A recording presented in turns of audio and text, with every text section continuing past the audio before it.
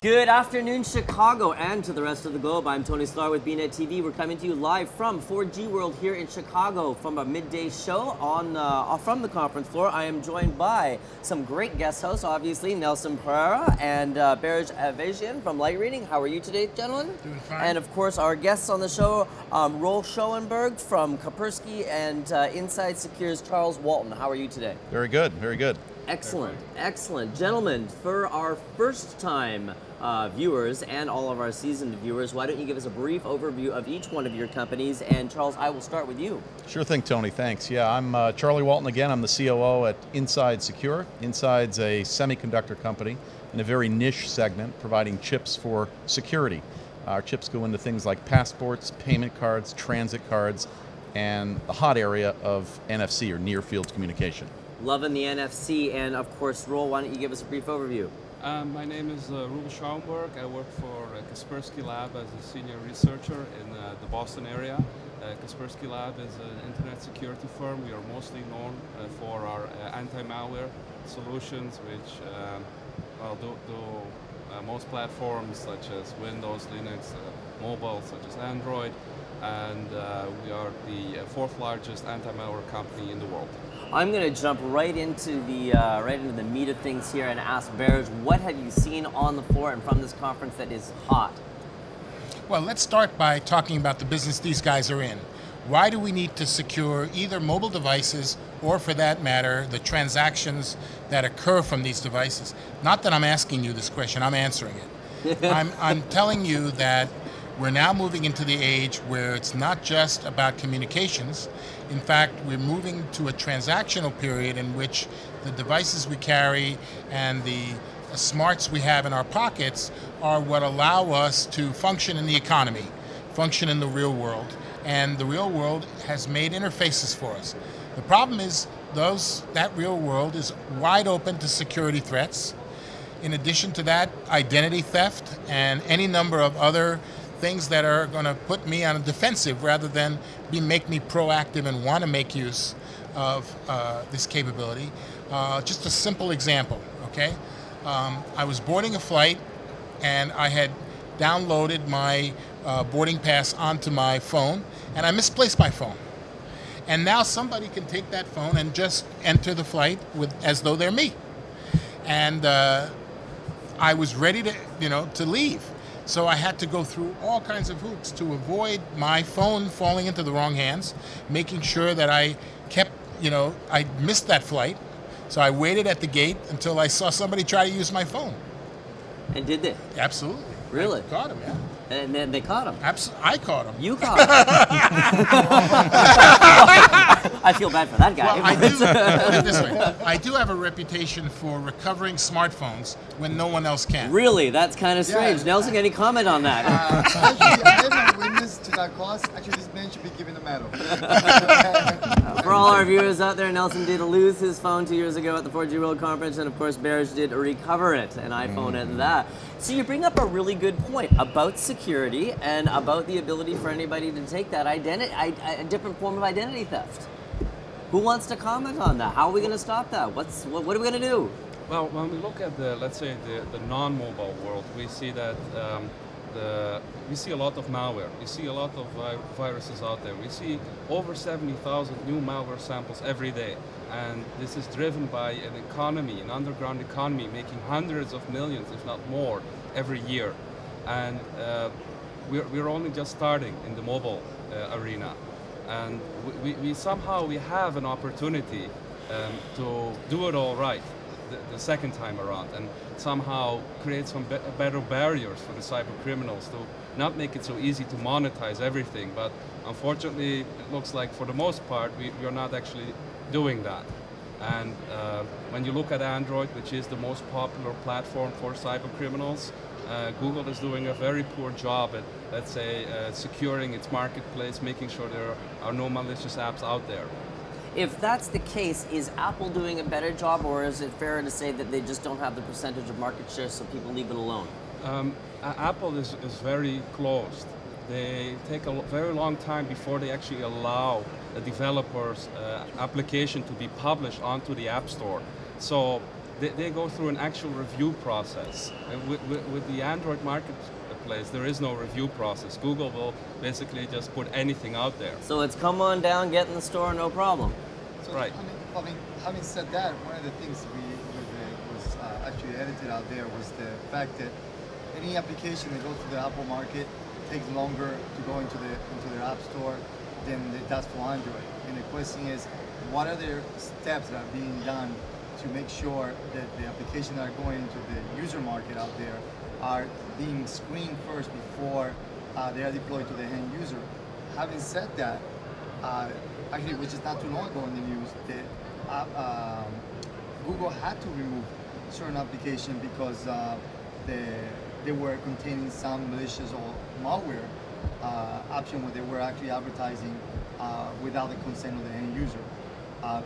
So a company like yours and yours actually do play an important asset of that, because what if they let that portion of the industry go in terms of letting anybody put an apps there into your phone? What are we looking for at this point? We're looking for a malware company. They're going to say, look, I do not know what I'm going to have in my phone. Can you protect me somehow? How do we know that this is going to be directed at you, Charles? How do we know? How is the end user going to be secure enough to know that if they're using an NFC function and they're tapping something, that they're not being transmitted data coming back the other way? Well, in the end, the way NFC applications are constructed, first off, they actually utilize two chips in the phone. An NFC controller, which runs a proximity transaction. Again, NFC near-field communication is short-range wireless, several inches. But along with these implementations are security chips. So a hardware chip that's got the security strength of chips that go into passports and other high-value devices. And the notion here is that these security chips will secure transactions. They can be used to secure a payment or a physical access control transaction, likewise be used for over-the-air transactions through Wi-Fi or GPRS, and likewise be used to store credentials about the user, store a biometric or a PIN so that I'm able to authenticate locally. So the security chip provides the equivalent in a mobile phone what the old TPM notions had within PCs. Strong hardware-based security within the device to begin running malware, secure transactions, and other authentication. So, and of course the question comes back to the idea if the tag is in, let's say, I don't know, it's on a bus stop, right? It's in a piece of paper, it's in a card. How am I, if I allow that that security pass-through to happen on my device, can I bring in a piece of malware that's going to be harmful to my device if, let's say, a cyber criminal turn around and put something in their card? So fundamentally, a malware-based software running on the device would work in conjunction with any sort of application, whether NFC or non-NFC on the phone. So we would imagine in the future that malware plays a pretty key role along with hardware security. So I think in your instance that you're describing, the real vulnerability is not on the device side, it's on the infrastructure side. Because if I'm doing something as simple as going through a toll booth, and I can go through a toll booth with an NFC device that in fact disables the whole platform because it jams it. And now all of a sudden, I've now gotten right into the highway system, and who knows what I've allowed to infiltrate into that infrastructure. Yeah. So I'm hoping that you're talking about protecting the other side of the transaction as well as the user side. Yeah, fundamentally these transactions are locked down much the way they are for cards, card-based systems which have been running for years.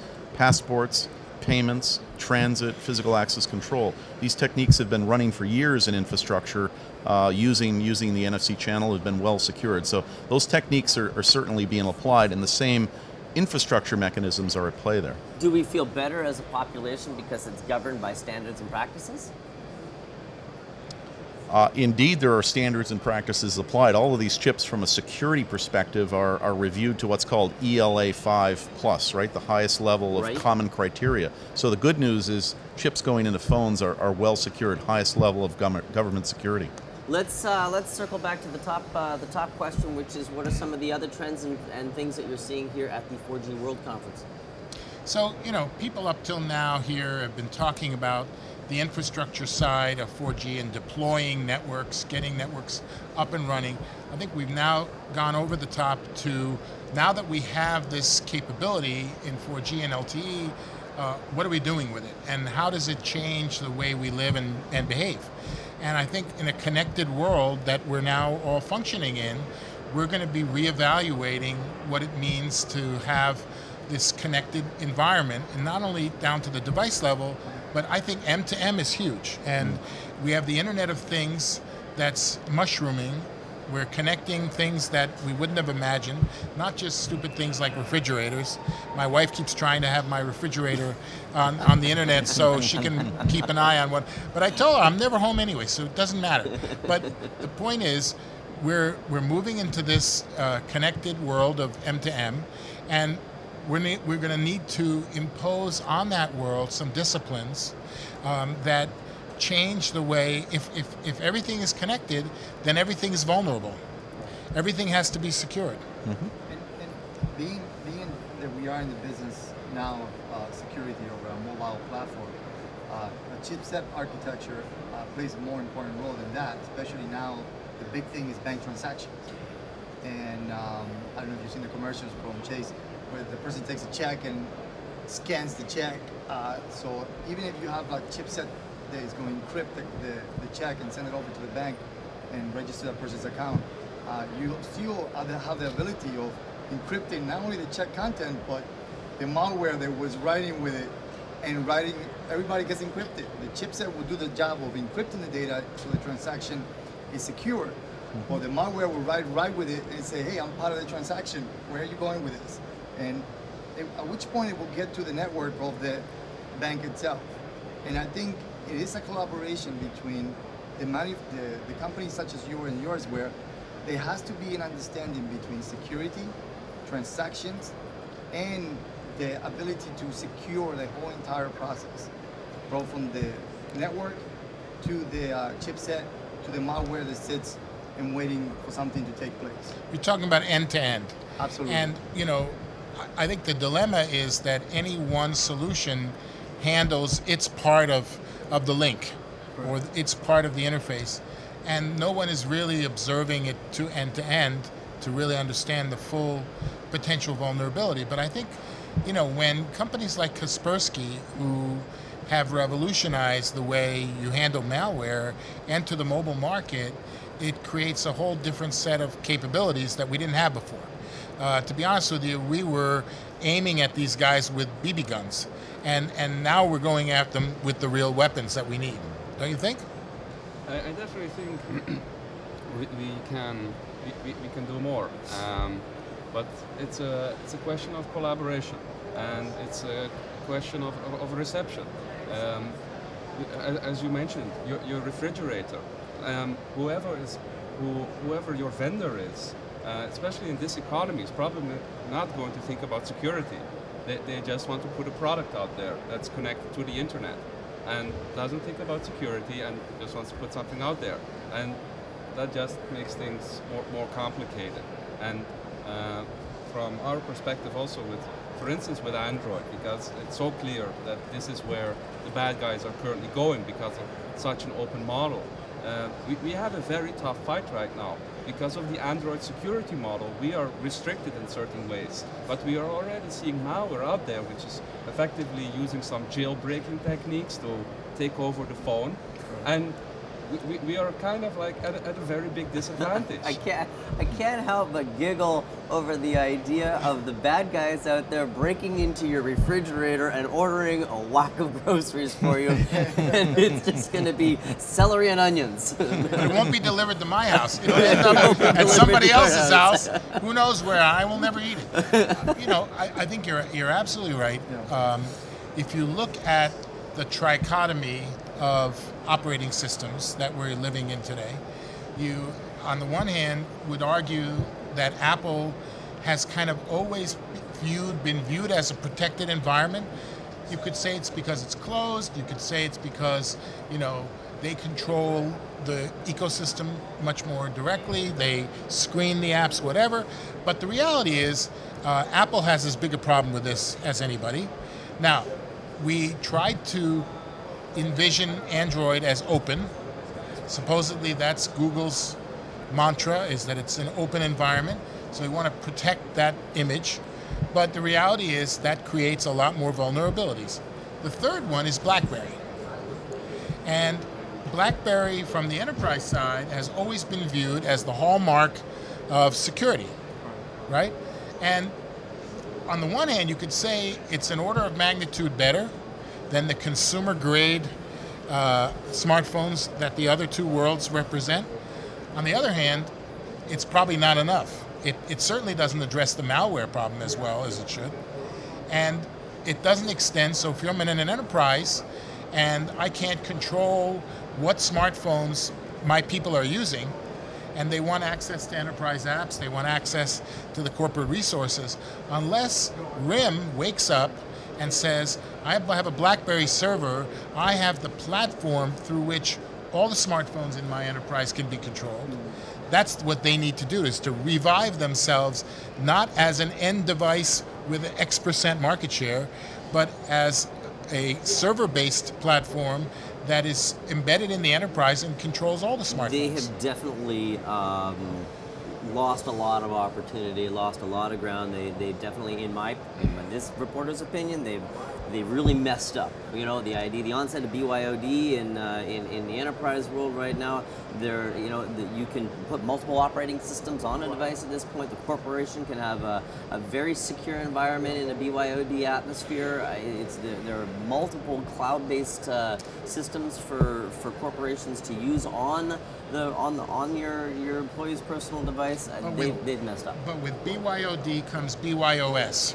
Okay. And now the end user is responsible to secure his own interface to the enterprise? I don't think so. No, I mean, I think the answer here at the end is all about authentication, right? This is the challenge, and the way to deal with NFC. BYOD is going to be a security chip in the device. And what's happening is NFC is creating the pull to drive chips out into phones. We've just recently made an announcement this week about 10 million chips shipped already this year, accelerating. Say that 3 times fast. Yeah, no, it's a tough one.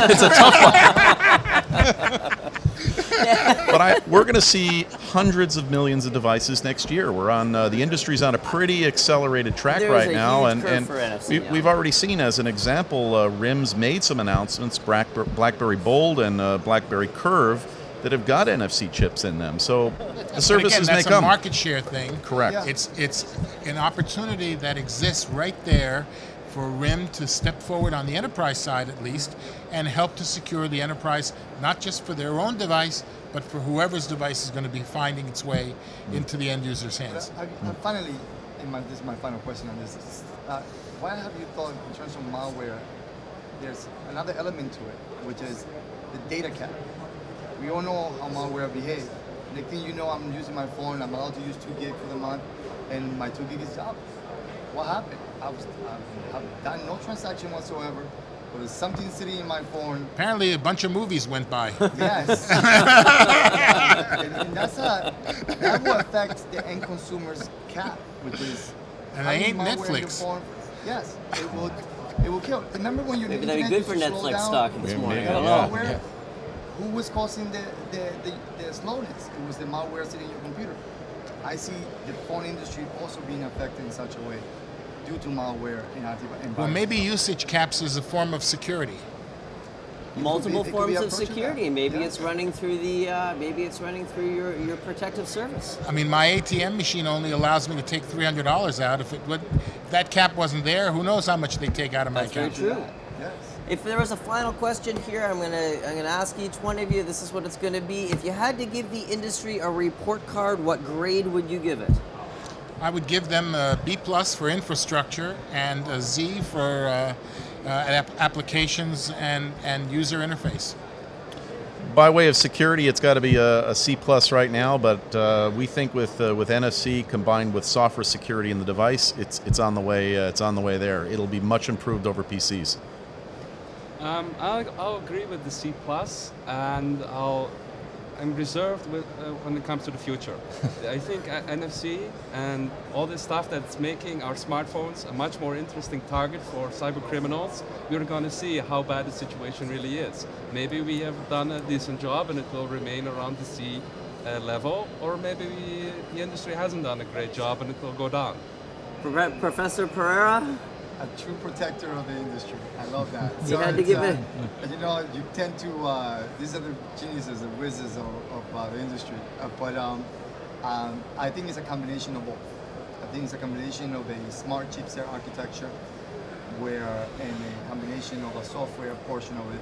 It cannot be one without the other. And so the grade you would give it? Right now it's a C. It's a C. Yes. It's a C. All right. Well. By the way, my grade was a Z, not a C. It was. Yours was a Z.